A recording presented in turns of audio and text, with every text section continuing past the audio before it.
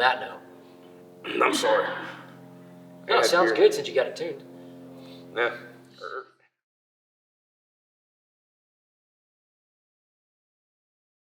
First exposure to motorcycles. You go ahead. I'd say that you're older than me, so your story's longer.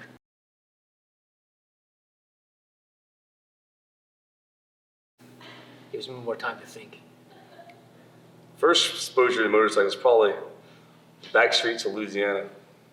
They riding bikes. They weren't like dirt bikes or old Hondas or just old bikes, getting on them and riding down the dirt roads. And that's my first exposure, seeing the old school, like 80s, CT70s, or like Then you get the old 80s, like Harley outlaw biker people, riding around their snakeskin cowboy boots and their raked out springers, listening to, the Guns N' Roses era going on. That's my first exposure to listen to, like, back when small engines and poofy girls wearing hair, all that days were my first exposure to, like, digging bikes. My first actually buying a bike would probably be later on in life.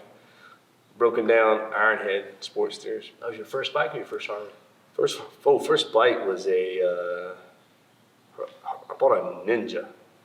It was a Kawasaki Ninja. It was my first, like, motorcycle I actually bought with my own money. It's just funny how much transfers for a lot of people, because I had an R6 for my first bike, street legal bike, and my first bikes that I ever rode were little dirt bikes just in the back hills behind somebody's house.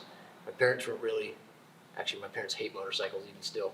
Yeah. Now they're cool with it, they have to be, don't have a choice, but I didn't even get to get on a real bike until I was 18 because of that.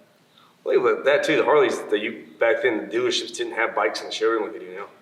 Like they barely had bikes on the showroom. They were already prepaid for or pre-bought. So when you went there, it was like a whole different buying experience at a Harley dealership than you do now. I don't remember there being as many Harley dealerships. It's a long time ago, it feels like, but it seems like there were a lot less Harley dealerships and a lot less. How many bikes have you bought brand new from a dealership?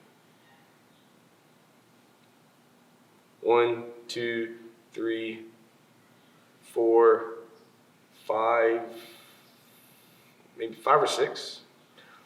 Maybe 5 or 6. I think 5 or 6. How many bikes have I owned, but brand new from dealership? Like 5 or 6. I'm just curious. I've only had one. I've owned a ton, like probably over 100, but I think maybe a little more than 5 or 6. I had the lowrider. I had Road Glide. I had I don't know. I can't tell you. It's been a couple. Street Bob. A couple Dynas. Couple. I don't know. It's been a long time. For me, I drove a little 70 behind my buddy's house, and we had a little dirt bike track, and I fell in love. I absolutely loved anything 2 wheels. But when I turned 18, I was able to make my own choices, and I got an R6. And I remember knowing that if I would have got it out of the back of the truck, that I was going to go ride it without insurance, and then something might happen, and I would have a bike that I was making payments on that was wrecked and all that. So at the time I was working construction, I'd be up at work at like 6. So the bike was in the back of my truck, and I got up every 30 minutes just to look out and look at it. Like, I was so excited I couldn't sleep, so I ended up about 3 in the morning. I backed it up to the hill. I didn't have a ramp. Pulled the R6 off onto the dirt hill by my house. Take it down the hill. I don't even have a road helmet. If you ever ridden a dirt bike helmet on a crotch rocket, it's not a great idea, because the second you go like this, it's like rips your head off. Doing 90 miles an hour, I don't even know it down the street, and I'm like, I'm hooked. I'm screaming in my helmet, having so much fun. Nobody knows I'm out on a bike at all, but that was my first experience. I couldn't put it off. I just had to get on it.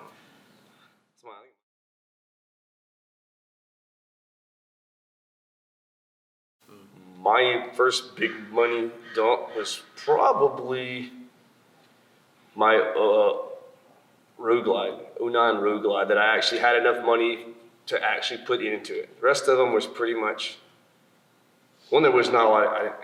The internet didn't exist. Like kind of gunmetal gray. Yeah, that gunmetal pearl. It was a pearl black. I think it was like a pearl black gunmetal gray. I had it back then. They didn't have the powder coating that yours has. So I took it apart and had it kind of like done up as special. You had the original Road Glide Special? Yeah, I guess you could call it. It's the original Road Glide Special. I probably wasn't the only one that had it out there, but had motor done to it. The whole motor work done. Everything on it was pretty much done. Custom seat made before like they had this. T-bars made. That's the first one I actually put a lot of money into. Yeah. Mine was a 05. Well, I don't know. As far as money, mine was a 05 Dyna. My first bike that I actually did anything to was my first Harley, which was a Sportster. I got it out of a tow yard, and I rode it over to my buddy's house, little C, and it had a tail dragger fender, and it had like 18-inch apes and a big V-twin. I don't even know what the tank was off of, but it did not belong on a Sportster. It looked like somebody shrank a Softail or a Heritage into a Sporty. It was terrible. I felt so cool, and I pulled up my buddy Little C's, and he just comes out. He's like, "Dude, you need help." That's something a bike that I actually put together. Yeah, No, sure. well, No, we had 18s on, when I was in Okinawa, I put like Really? apes on a sports. Was they didn't sell anything in That's what it Okinawa? was. Did it get towed and impounded? No, probably not, but it's still, yeah, they I remember had splitting no, lanes like this, like trying to dodge mirrors on the way down to the Del Mar Fair, and then they waved us on through because we were motorcycles. Yeah. We went all the way to the front, and I felt like a god. But no, none of that was my stuff. I stripped it down. I put a peanut tank on it. It was like army green, Uddy green with the white racing stripe and a trailer fender and offset license plate. I did a bunch of little bobber stuff like that. But that one I wish I still had because it was the first one. I went to sell it.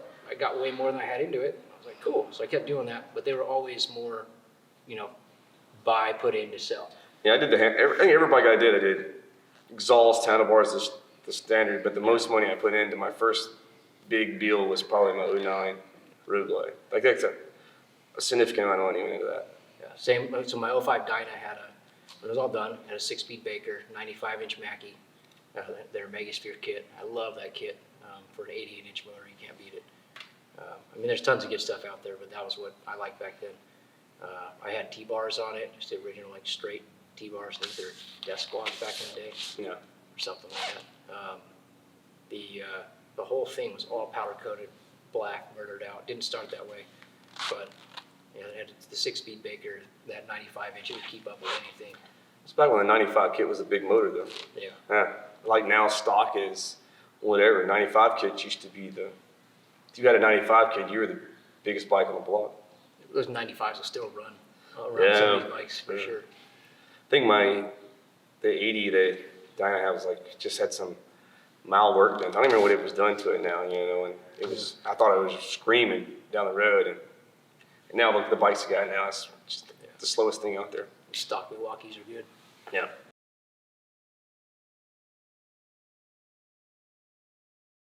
Tacos, simple, easy. Is there a question of that one? I was gonna say the same. I like pizza, but I would get tired of it quick. And you can do a lot more with tacos. Like you have fish tacos. You have Tacos is anything. I eat tacos every day now, and I don't even have to eat it. Plus, growing up in Southern California, tacos is like every Tuesday. What kind of taco do you pick? I'm a fish taco, grilled fish taco kind of guy. But like grilled fish is my number one. So I will stay with that one because grilled fish is number one taco. All right. I don't know. I like the beer battered, the original like fish tacos, but I like crunchy tacos. Like if I'm going for my favorite, like crunchy beef, old school tacos. We grew up. My grandmother would make those, and she actually deep fry the tortillas. They're so good. You can come in and smell them a mile away.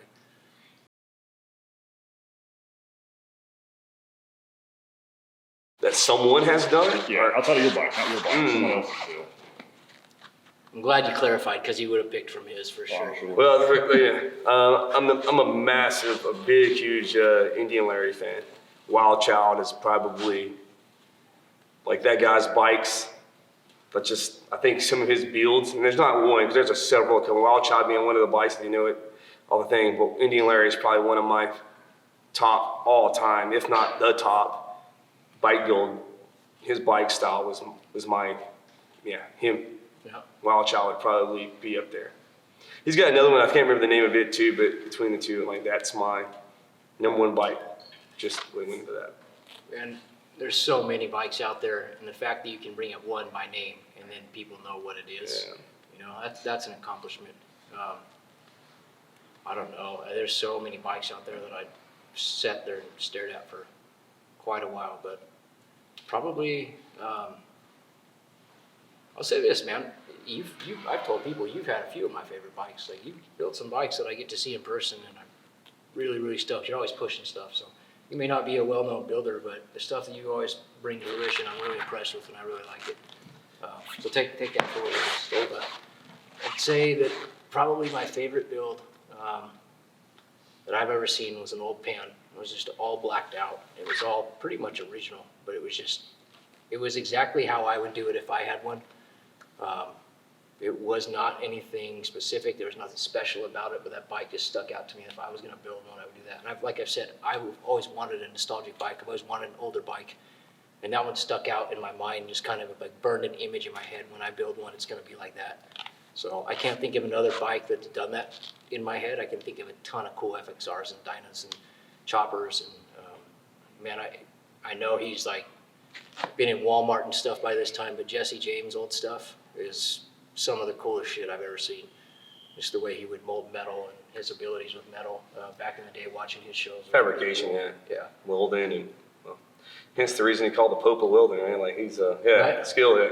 I think that's one of the bike builds that him and Larry did. That rode to, I think they rode to Sturgis on it, Yeah. and that's one of my favorite Neil Larry bikes. Hence, same thing. Jesse, his bike was one of the. One of the bike Yeah. build-offs. He just had like both their categories. I guess was in ranges that I could not afford in that style. But yeah, that's I my still best. remind Indian him- Larry's bike was probably the best. Still this day. I haven't seen too many bikes. There's a lot of beautiful bike builds and elaborate builds, but that's still, you can hang that on a wall if you could, yeah. Put that on a wall in your house and it'd be there forever.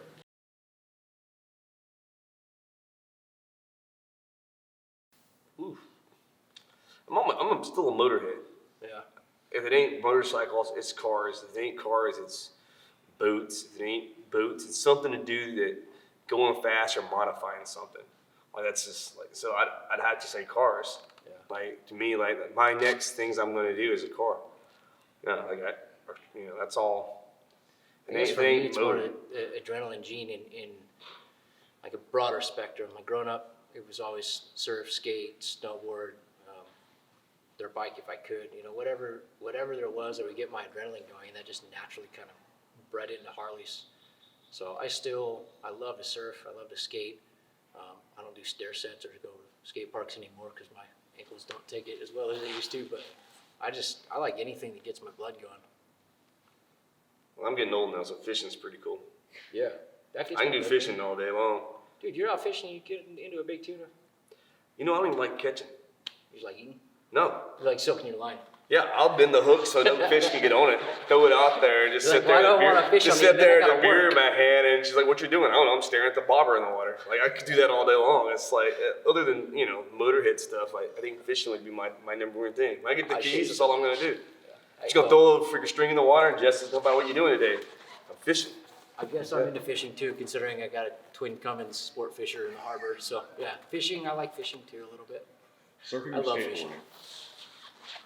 There's something about surfing, just being in the salt water.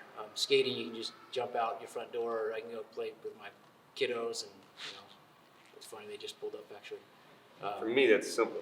Yeah. I can't skateboard or surf, so I'd rather surf than skateboard because at least if I fall down, I'm in the water, not on concrete. There's something about being in the salt water, like it's refreshing. Or watching a sunset while you're surfing, being out there with your buddies, a crowded day, lonely day, they all have their advantages. Sometimes you're scrapping, you're paddle battling, and you're getting a lot of aggression out and that energy, and sometimes you're just sitting out there and just listening, Yeah. I just Sunset. like being out in the water.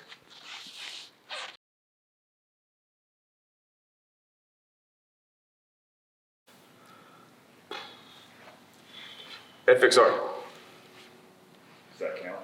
I don't know. Like, if you had to ask, I don't know anything this year that would be, I think, family-wise, we did some things closer together. Me and my wife did a couple of vacation trips in 2020 to get to go to the Keys. It's our first vacation together by ourselves ever, I think. I don't know, maybe. I think that's 2020, right?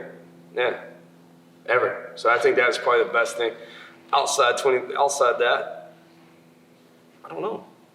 2020 was, it goes without saying, 2020 was a rough year, and being a business owner in California, you say what was the best thing, and some of the hardest things have turned into some of the best things. I think we all have experienced that, so I don't have to go into detail, but sometimes some of the things that are the most challenging on the other side are the things you're most thankful for.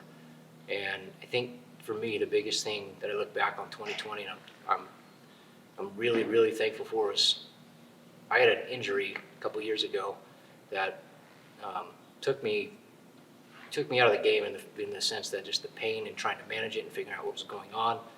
I couldn't have my head in the game, and I finally, through some really, really talented physicians and just people helping me figure out what was actually going on. I'm getting to a place where my head's back in it and I can, create and do what it is that I really love to do. So for me, while everything was falling apart, I was kind of coming back together, and it was a really like kind of tug of war feeling, where I felt like I'd been in a bad place, and all of a sudden I'm coming back out and kind of peeking my head up, and everything else starts going to crap. And it's been an interesting year for, I think, everybody. But overall, I think 2020 was a good year in that we grew in ways that we never would have had we not been challenged in those ways.